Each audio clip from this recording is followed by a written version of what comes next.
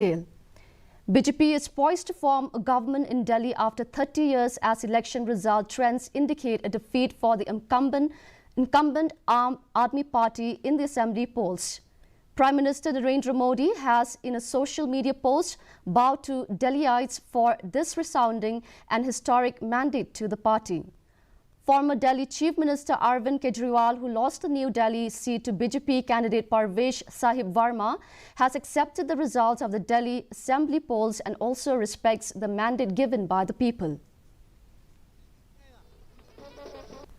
नमस्कार।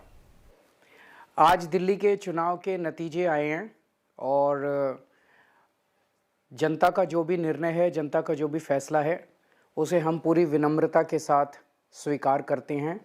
जनता का निर्णय सर माथे पर।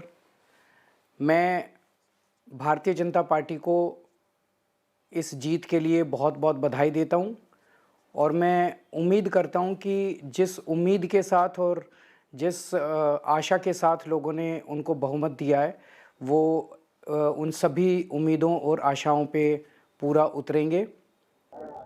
जो देश को विकास का मॉडल ऑफ गवर्नेंस दिया है, जो सुशासन से भारत आज विकसित भारत बनने के लिए तेज गति से आगे बढ़ रहा है।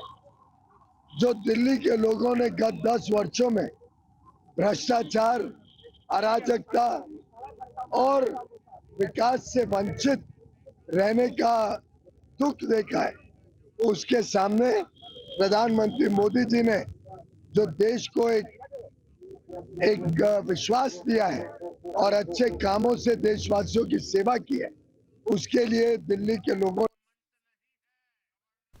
Meghalaya Chief Minister Conrad K. Sangma said that the state